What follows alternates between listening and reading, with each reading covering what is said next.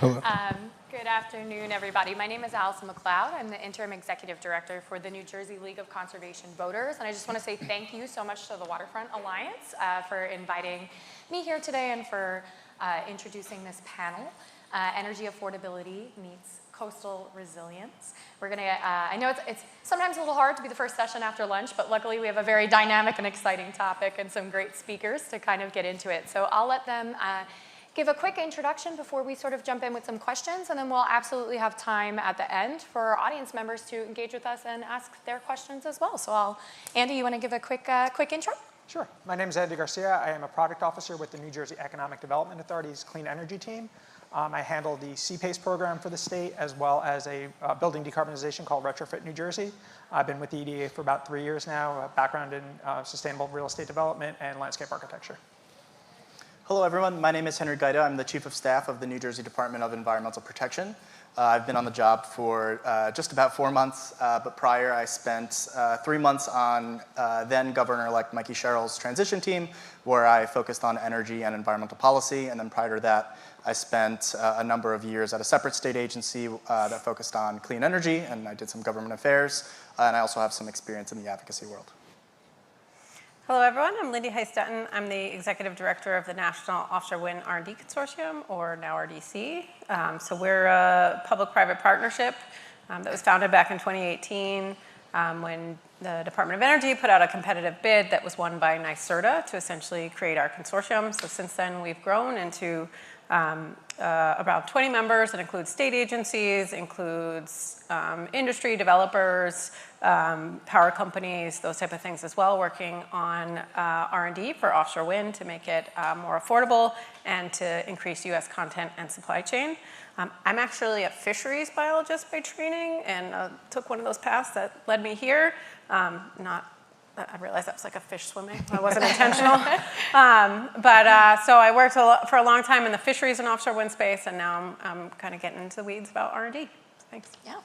Well, thank you so much to all of our panelists for being here. And you know, energy affordability is sort of the buzzword of the day, and we can understand why, right? We all pay our bills. We all see that costs are rising. And when we talk about affordability and resilience, one of the things we're going to talk about today is what do we mean by resilience? And there are many different kinds of resilience. There's community resilience, there's infrastructure resilience, there's economic resilience.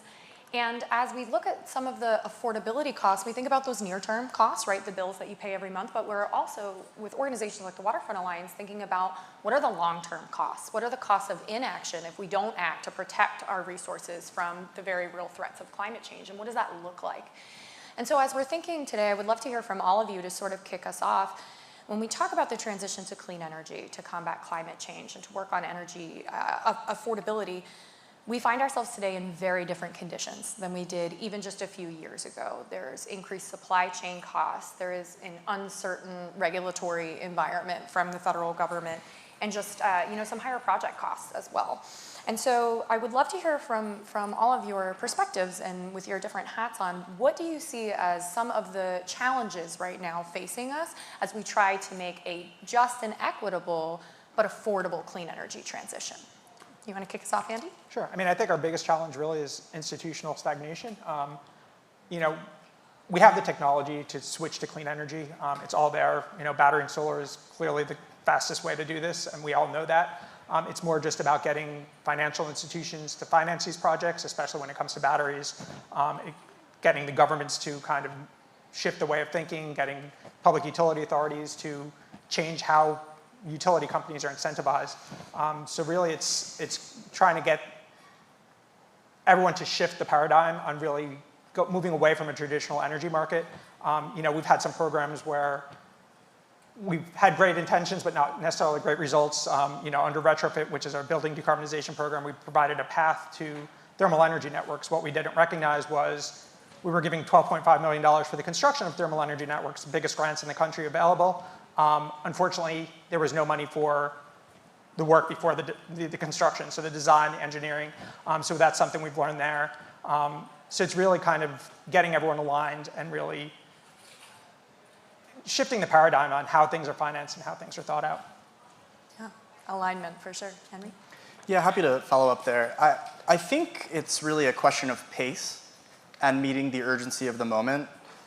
On day one, Governor Sherrill made that pace and the urgency around energy affordability and getting more energy online a #1 priority. Her first 2 formal actions as governor during her inauguration speech were signing Executive Orders 1 and Executive Order 2, which hit directly head-on energy affordability and getting more generation online. We know demand is rising, and we need to keep pace with that rising demand to see the long-term costs come down, but then also baked within that is actually see some relief on our structural relief on our utility bills. Additionally, to ensure that we are removing barriers that can prohibit or prevent energy development from happening, she also signed a few days later Executive Order number 5, and that executive order looked DEP square in the eye and said, we need to ensure while we're protecting public health, safety, and our natural resources, that we're ensuring that we're working in partnership to ensure that we're meeting rising demand and getting more energy online. And under the leadership of Acting Commissioner Ed Potosnik, we've met the moment. I'll talk a little bit more about this later, but we've announced some really great reforms that we're excited about and ensuring that the DEP is here to play ball, and we're going to ensure that we're matching the governor in her interest and urgency around this issue. Thanks, Henry. Steve. I think, I'm not going to ignore the elephant in the room in offshore wind, that the federal government in particular is not super supportive right now, and it's caused a lot of challenges. We've seen a huge retraction in the industry, projects that are being canceled or, trying to go for buyouts and all sorts of things. But at the same time, there's a real opportunity for state leadership here, and to see the states really look at their clean energy portfolios and ensure that they're investing in offshore wind as part of that. And we do have several projects that are either complete or being built in the US right now. You just have to look across the river to SBMT, to the South Brooklyn Marine Terminal, and there's actually blades in the port right now for turbines that are being built for Empire Wind 1. Which is an Equinor project right now, which is really exciting to see.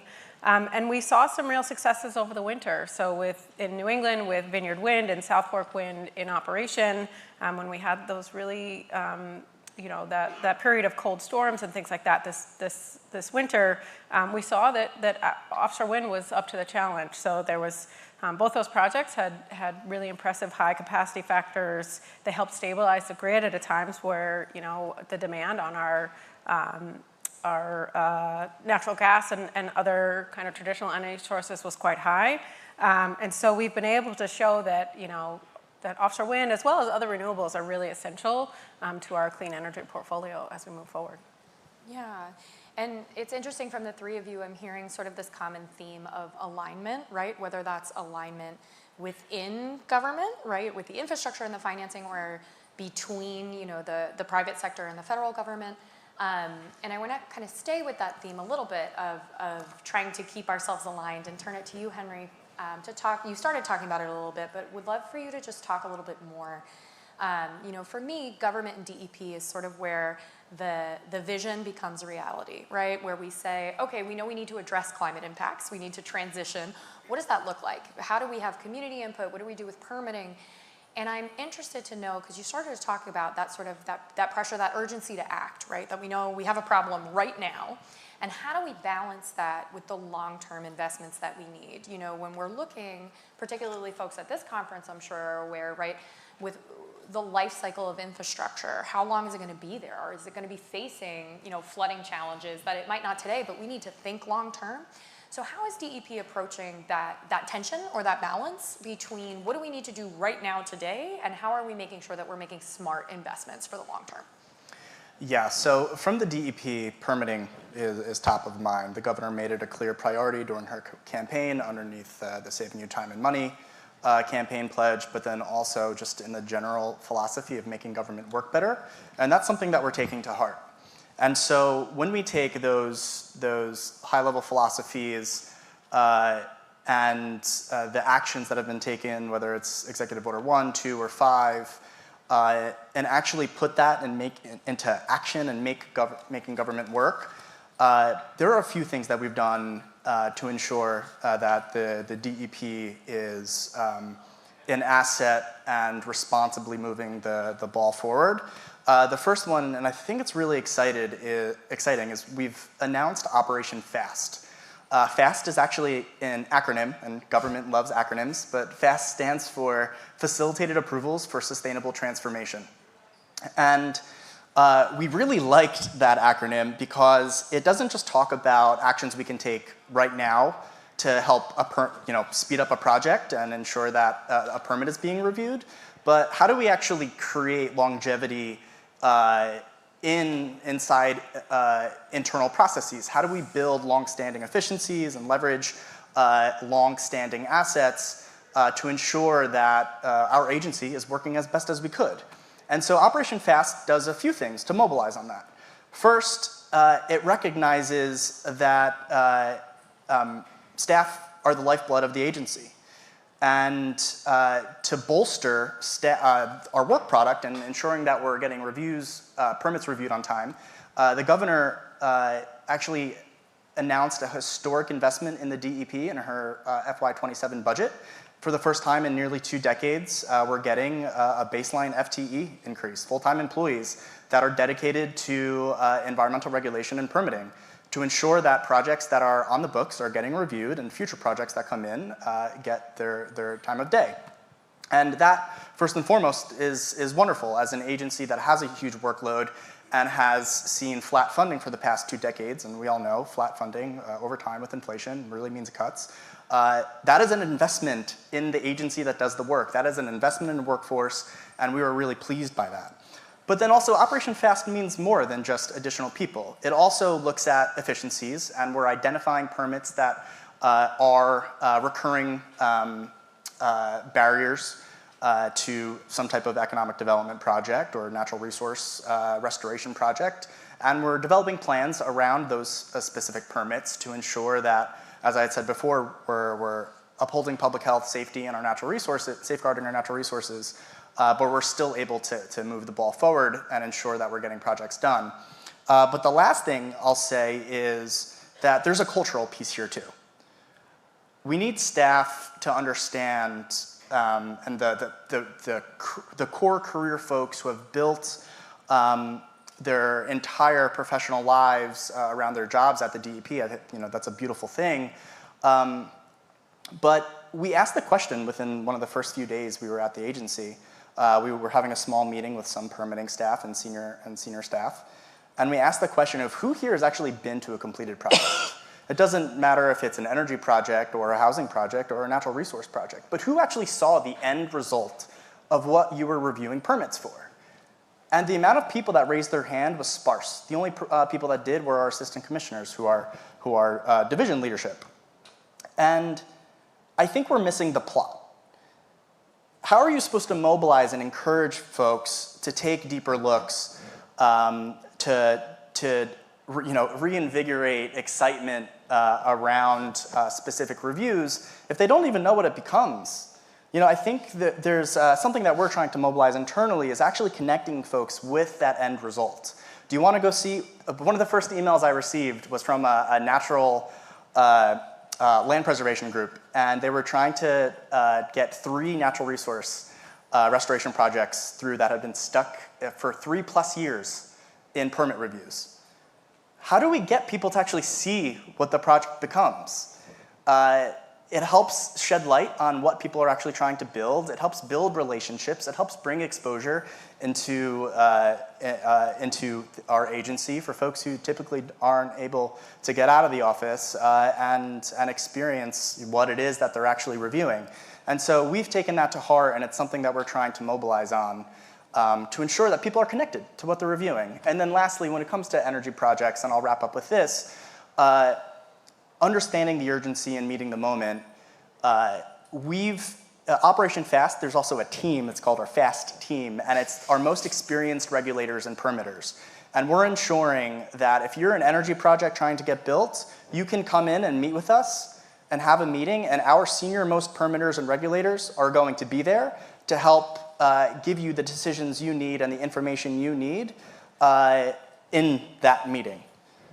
It's not going to be an iterative, oh, I have to check with my supervisor, or I have to, go through this specific process. We're going to have the people who have the decision-making power, who understand the systems at play, are in the meeting with you to talk about what your project is and how we can make it work.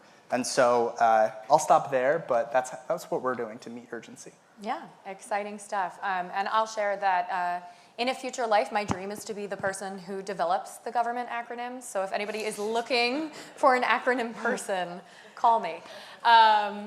No, but I appreciate that, because that is a very real tension, right? Amongst many of the groups here do projects, and people want to do good, but they want to do good well. They want to do good right. But there is this sort of pressure to feel like you have to do it right now, right? Every year breaks a new record, right? In unfortunate ways, right? Not the kind of records we want to be breaking in terms of heat, in terms of flooding, in terms of, we have to stop calling it the 100-year storm because it makes people think it only happens every 100 years, things like that. And I'm struck by, the DEP's use of investment in terms of investing in the systems, but investing in your staff, right? And empowering them and having them invest in what the projects actually turn into on the ground. And none of that can happen without the more traditional forms of investment too, in terms of financing for projects. And we talked a little bit in the opening about Lyndie, you mentioned it, the sort of the elephant in the room in terms of an uncertain climate, no pun intended, for these sorts of projects and for permitting. And that can discourage investment, to be frank, right, if something's not necessarily the most predictable. And so what's getting built is increasingly dependent on those financing structures, support, whether it's from the state or private investment, and how that translates into cost for consumers in some of these public-private partnerships. So I would love, Andy, if you could share a little bit from New Jersey EDA's perspective, how can financing support both, the sort of short-term things that we've been talking about, those projects that will help bring immediate relief, and also those long-term investments for ongoing resilience, those sort of generational projects. So would love for you to share some thoughts on that.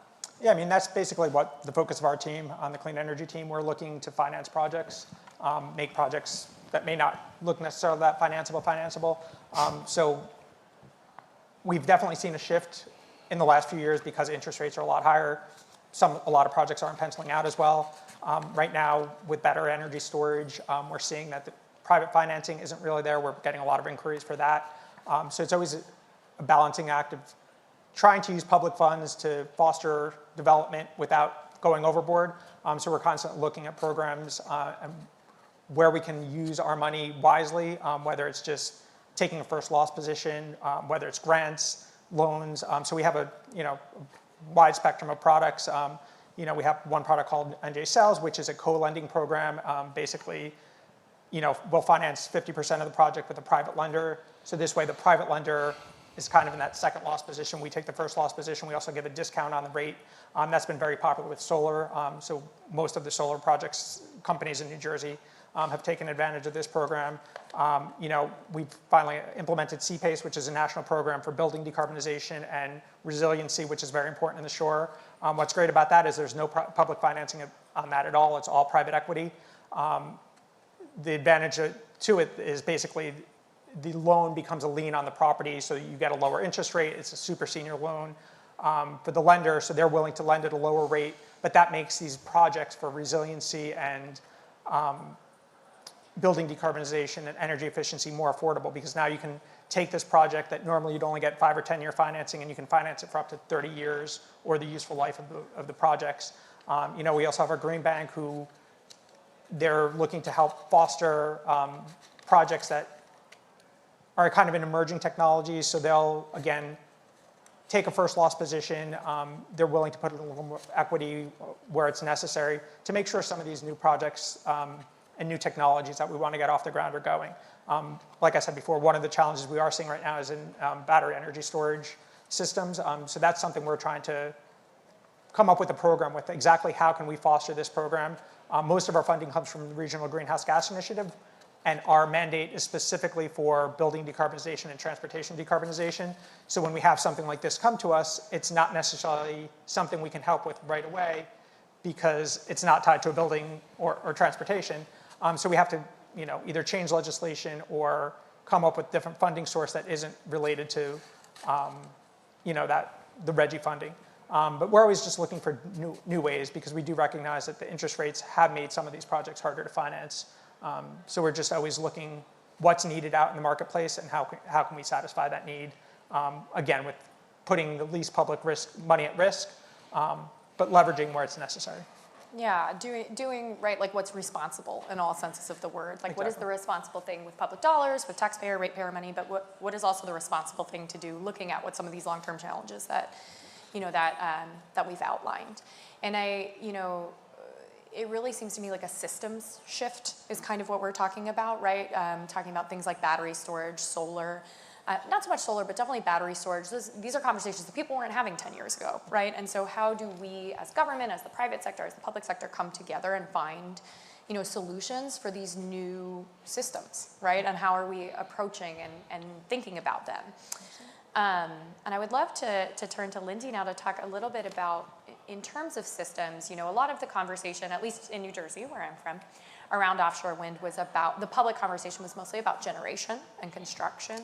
But there's so much more to it, right? There's the transmission, there's the reliability, there's the capacity that it adds to the mysterious grid that everyone sort of talks about, the nebulous grid that we know needs something, but what? So I'd love for you to just talk a little bit about sort of how, in the current environment, which you referenced in your sort of opening thoughts, how does offshore wind fit into that picture? How can we be planning for that capacity and reliability? Because I think, when we talk about offshore wind, it's resilience in a different way, right? It's resilience, yes, in times of, grid strain, right? It's another source, it's added capacity, but there's so much more that we could be doing with that generation. So would love for you to just talk a little bit about how that fits into sort of this larger affordability and resilience conversation. Yeah, I think that's a great question. Before I jump into that, I just want to acknowledge what Henry was talking about permitting. I think that's huge. I think it's really great to see that Governor Sherrill is really taking steps forward. It really resonated when you were talking about kind of staff seeing projects. Before I was in this space, I was an environmental consultant for a few years and used to do a lot of permitting. And there's a project that's along the Belt Parkway that I drive by every once in a while. And I'm like, hey, help permit that. So I have had that experience, actually, like see a project actually go all the way through. So it is really great to be able to do that. I will say permitting is a huge issue, both on the federal and the state side. Offshore wind permitting takes 7 to 10 years. We're seeing worst case scenario right now of what happens when you have permitting take so long. So I think the fact that, at least at the state level, that we're really acknowledging that there's room for improvement and to really update that process and look really hard, I think is incredible. So I just really wanted to acknowledge that, so thank you. Okay, back to kind of grid and reliability and those type of things. I think it's always funny, so I've worked in the offshore wind space for probably a decade or more, and we didn't talk about grid or transmission for a really long time, and I don't know how we had such a major misstep, but finally, it's at the forefront. I think, between energy demand and data centers and all of this talk about how our energy demand is increasing, we're really, really taking this opportunity to look at what is needed for kind of grid upgrades and things like that. In New Jersey in particular, offshore wind is going to land on the coast. A lot of the energy demand is on our coast, but our grid infrastructure is a lot further inland. And so, that's one challenge. But then there's just, getting the transmission to shore. There's then the integration of the grid. There's the grid upgrades that need to happen. No matter what, our energy demand is increasing exponentially. And we need to figure out how to address that, not just in New Jersey, but nationally. And I think, it is great to see the states taking some leadership on how we can come together on that. There's something called the Points Consortium, which is a bunch of states working together on the East Coast about kind of grid and reliability and how we can improve that. But I think there's a long way to go. And so I think, looking at how this benefits our whole system, and how we can make these upgrades. It's really challenging the way that our systems work, the way the regulations work, but I think we can't keep kicking the can on this, and so we need to really address those challenges. And I think it's just that idea that we have to modernize, the backbone, and I think offshore wind is just one piece of this. It is part of our kind of all of the above energy approach to address our energy needs. There's really great R&D that's going into everything from how you kind of deploy cables offshore and install them, to monitoring things for integrity, to different types of systems to get both power offshore and onshore. And so there's great opportunity to kind of look at how we improve our technology, how we invest in R&D, how we invest in innovation and small businesses and startups and things like that that are really addressing these challenges. But we have a long way to go. And I think, it's a great time, and I think it's great to hear that New Jersey and other states are actually, really thinking about ways that we can modernize our grid as we have increased energy demand. Yeah, and I think, there's, sometimes it feels an element of like building the plane while you're flying it, right? Like the best time, like you said, to do some of this work would have been, a decade ago, but here we are. And, hearing you, Andy, talk about some of the lessons learned as you're going, like, oh, we have, we have funding for the shovel ready, but not for design, right? And trying to adjust as we go and make sure that we're still moving forward. And I'm just struck by, the earlier remarks about we need this sort of alignment, right? Whether it's internally or externally.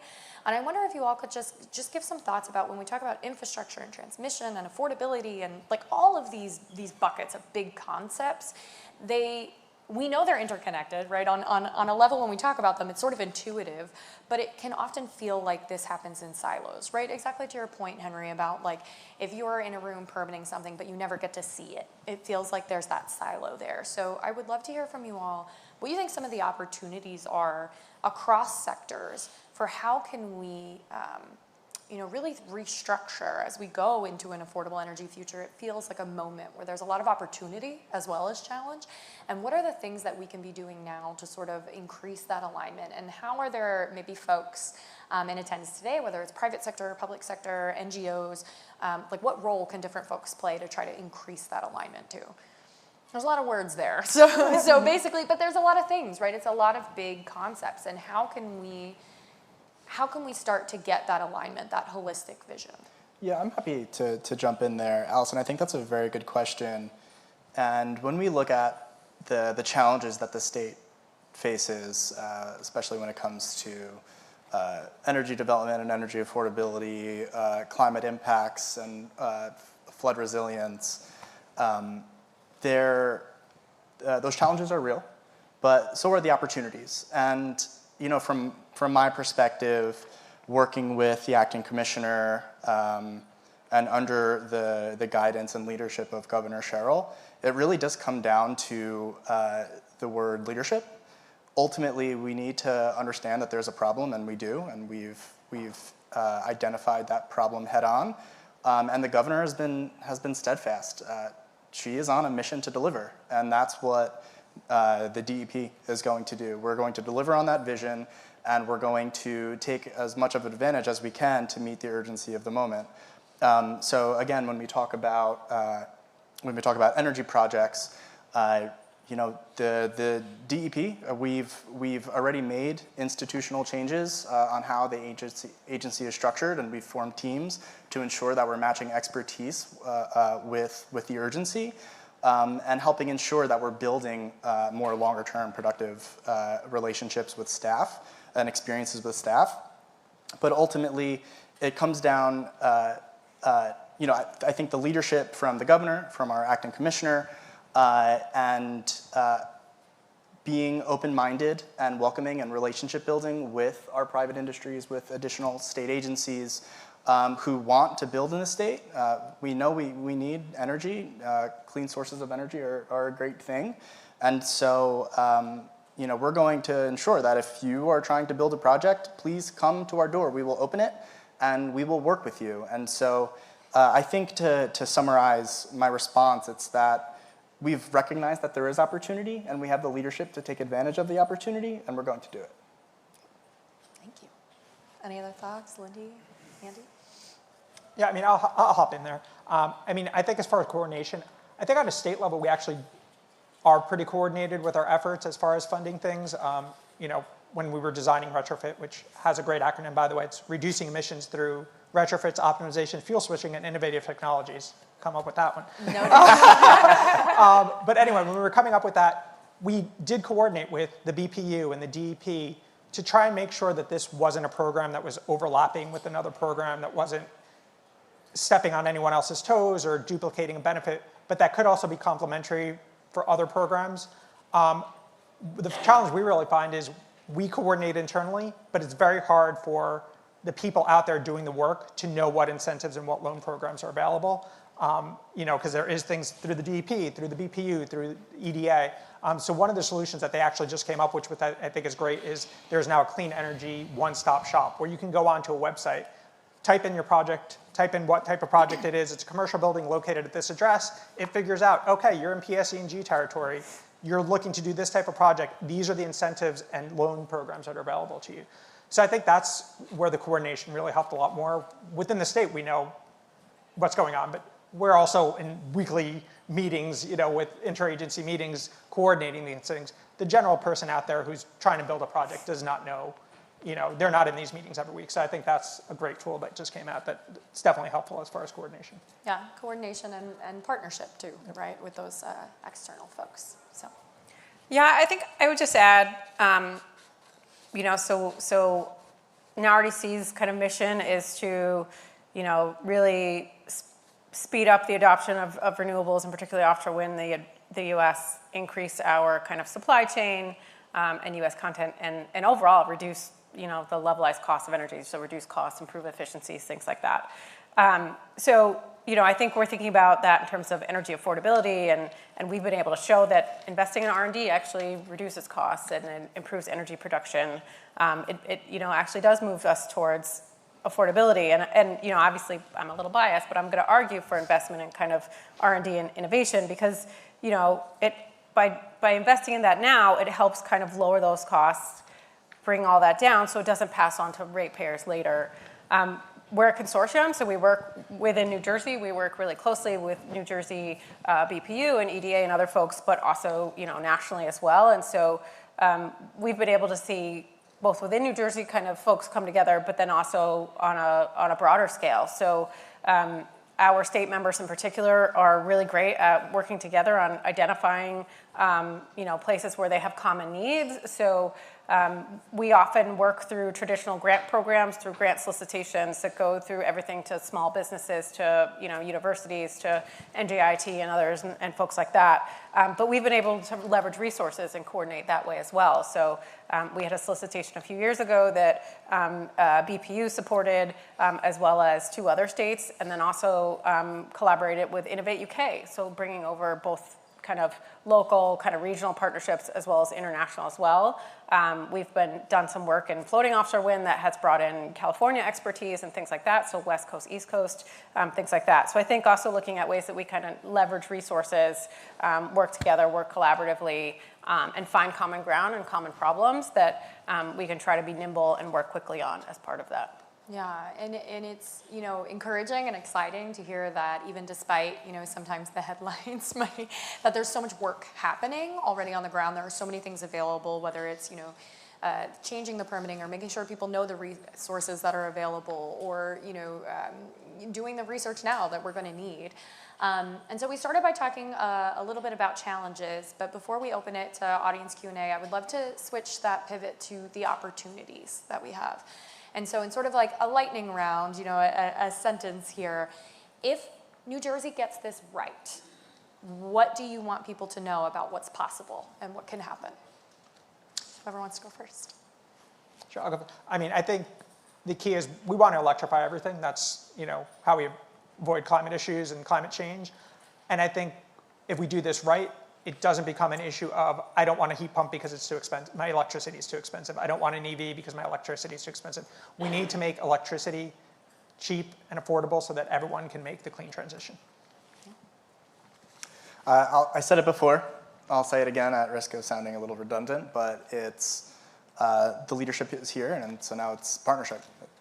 Allison, I also think you mentioned partnership before, but we're here to work with you. If you're an energy developer and you want to come and talk to us about your solar project, please come do it. If you are a municipality and you want to build some type of flood resilience measure, please come to us and we will help you do it. I will say the one silver lining of the industry slowing down a bit right now is that we have a chance to breathe. We've all had our heads down trying to build as quick as possible for quite some time, and it's letting us really think critically about whether we can tackle some of these really sticky problems. So the permitting is a huge one, and I think there's some really great state leadership, obviously in New Jersey and other places, and I've seen states come together and talk about how we can improve permitting, coordination across state lines, and obviously make an argument to improve federal permitting as well. I think that's huge. So opportunities that, like, as we have a little bit of time to kind of think about how to make those improvements. And the other is about kind of the whole question of grid. I think we've really been kicking that can for too long. So, taking this opportunity to solve some of those really challenging problems, get creative and do something bold. And I'm really hopeful some of the rooms that I've been in lately and the ideas that folks are throwing around, I think we're getting there, which is great. Yeah, it's absolutely, at least from my perspective, it's a very exciting time to be doing the work, right? To have that bold vision with leadership and with partnership to really achieve actual wins for folks. And from my end, I'll take a moderator privilege for a moment and just share, for me, the opportunity really, if we get this right, what that means to the average person, right? We work with folks, we're an environmental nonprofit, a clean energy nonprofit, and we talk to people all the time who are saying, I can't afford my bill, or folks who have public health concerns and say, I have to keep my house cold, I don't have a choice, but it means I have to forego paying something else that month. And so there is real impact to people, or folks whose house floods, or folks who, et cetera, et cetera. You could tell a million stories. So I want to thank you all for the work that you're doing, because I think it has an actual real world impact for our neighbors. And I know you can't go anywhere without learning about energy affordability and hearing it and resilience. So we're going to do some audience Q&A. I think Tyler is passing a mic. I see Assemblyman Bala has a hand up back there if you want to kick us off. Hello. Hey, I want to thank Allison and the whole panel for insightful conversation. For Andy and Henry, Andy, the retrofit program, first I want to congratulate you on being able to actually articulate the acronym retrofit. That's probably a New Jersey first. I don't know how we get these acronyms, but you did it, you crushed it. I always forget when I try to say acronyms. So great job. On the retrofit program itself, I know it prioritizes thermal energy networks. If an applicant is not using geothermal, do they get lesser preference in that evaluation criteria, or is it just because of the construction costs related to geothermal or thermal energy networks that creates the additional funding? That's the first question. The second question is that there's a wait list currently. Is that going to open up? I think you're funding through the REGI program. What's going to happen with the wait lists? And then Henry, I want to know from you that we're always talking about, we're going to, as Andy said, impact climate change by electrifying decarbonization. I mean, let's be real. Like, we are not going to, meet the goals of the Paris Agreement to keep levels of warming below 1.5 degrees Celsius for pre-industrial levels. It's not going to happen. No matter how much solar, no matter how much battery, it's all good. I support it. Executive Order 1 and 2. It's as you said, it's leadership. It's not going to change the fact that we're going to have to adapt. We're going to have to invest in climate adaptation as well, no matter how much we do to mitigate the impacts of climate change through reduction of greenhouse emissions. You have to invest in adaptation. So I'm curious, from your perspective, from the DEP's perspective, what proactive measures are you all thinking about to help us try to not just lower our carbon footprint, but also prepare for what is the eventuality in terms of adaptation? Thanks. Yeah, so for retrofit, there's two pathways that you can become eligible. One is a building decarb route. That has to be a minimum of $5 million project, and it's capped at $10 million. With that, there's 5 criteria, and your building decarb program has to include 3 of them. The 5 criteria are fuel switching, on-site energy storage, on-site energy generation, refrigerant replacements, and then general energy efficiency. That was capped at $10 million, and then the other pathway you could take is just a thermal energy network. That one's capped at $12.5 million, and that's simply because of the cost of the thermal energy networks we've seen built. We looked at the Framingham example up in Connecticut. That was nearly $30 million. So we knew in order to make a real impact that we would have to, up the ante. It was the largest grant program at the time for thermal energy networks. New York beat us out, but theirs was dedicated. So ours is the largest open one. Theirs was dedicated to college campuses with specific programs in mind. As far as the $75 million, yes, it is currently oversubscribed. We are on a waiting list. We have authority through our internal systems for an additional $75 million, but we're really waiting for policy directive from the state to see whether they want to continue with this program or take a different route. Their big focus is on battery storage and solar right now. So, if we do bring it back, we may make those mandatory as opposed to making them optional, 3 of the 5 programs. So, Assemblyman, I think your question is spot on. A little bit of background before I directly answer. When we started on January 20th, we've been working on 5 administrative priorities. The last one on this list is going to be the part of the answer, and then I'll talk a little bit more. But the first one is saving you time and money, making government work better. That's all the permitting work. The second administrative priority is investing in our IT systems to support the first goal. The third is environmental justice and ensuring that the laws that are on the books are being implemented. The fourth is PFAS and related to the perfluoral substances that contaminate ground, soil, air. And ensuring that we're identifying sources and getting those sources out of people and pathways to exposure. And then the fifth, very directly, is climate and flooding resilience. You're 100% correct. Adaptation is part of that. And New Jersey already has a few nation-leading programs related to flood resilience. One specifically is the Blue Acres program. Blue Acres is for houses that are routinely flooded by, as Allison said before, not the 100-year storm, but now we experience a 100-year storm every 30 years, and so it's basically just a really bad storm at this point, and they're just going to continue to get worse.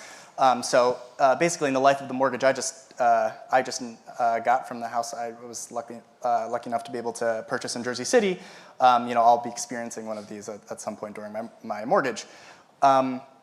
We have programs on the books. But there is the larger question about, how do we additionally get people out of harm's way? Some of that is natural resource restoration. New Jersey, NJDEP, through our RGGI funds, we invest heavily into wetlands mitigation. Just during Earth Week, we were really proud to announce $15 million in grant funding that restored, I believe, I'm not going to even say the acres because I'm going to get it wrong, but in 3 major wetlands restoration projects in Point Pleasant, in Atlantic County, and in Cumberland County. And it's projects like that that are really important to ensure that we're mitigating harms that can be done and ensuring that we're adapting to the realities of the now. And then the last thing I'll say is that this isn't just a shoreline issue. I grew up down the shore. My family, I grew up in Brick. My family, during Hurricane Sandy, I was at Rutgers University, and I will never remember or forget when I drove home a week later, when I was finally able to to get to where my parents lived. I'll never forget going through Point Pleasant, New Jersey, and seeing the 40-foot mounds of debris, just homes in piles that extended for hundreds and hundreds of feet. as people were trying to recover and reclaim their lives. And so whether you live down the shore or you live in a manville, we all experience flooding and climate hazards. Manville is a suburban town near a river, and it floods consistently, and it's only going to get worse as we experience more severe and heavier rain events. I live in Jersey City. I applied for homeowners insurance when I purchased my house with my wife, and we were denied homeowners insurance because we were told by the insurance company that they had too much risk in the area, and one of the reasons for that risk was flood risk. Even though I live on a higher elevated area, that's still a climate reality. That is affecting me, even though I'm not immediately in harm's way because of the way that they aggregate risk. And so that was a little bit of a rambly response, but I think the true response, or the accurate response to you is yes. Thanks. I think we have another question in the back there. Yeah, thank you for the discussion. Michael Vanderbeek with Ph.D, and I'll try to make this question succinct and cohesive. But we've talked a little bit about, you guys focused mostly on offshore wind and solar BESS systems, et cetera. My question is specific to nuclear. And for example, if you had, I'm not sure if you guys are familiar with what's going on in the UK right now with the Rolls-Royce SMR, yeah. So if a Westinghouse or a Rolls-Royce or someone like that were to show up in either New York or New Jersey on private property, for example, would there be a pathway to permit a small modular reactor within, let's say, 10 years or so? Because obviously looking at the current administration, who knows what's going to happen at the federal level, going down the road, but there seems to be a lot of emphasis on pathway for nuclear. Would that be feasible in either New York or New Jersey if someone were to come in and privately pay for it? Happy to jump in there. Yeah. So great question. Nuclear and the governor, I think she's hit that one head on. I was really excited to see that our acting commissioner was at an event down in Salem, very, very southern New Jersey. It's further south than Philadelphia. It's further south than Wilmington, Delaware. That's very, very far south. Multiple hours from here. And there's a lot of interest in nuclear and building nuclear because of it provides a carbon-free source of baseload electricity. It's important to our future grid and to capacity prices and ensuring that we have reliable, affordable electricity.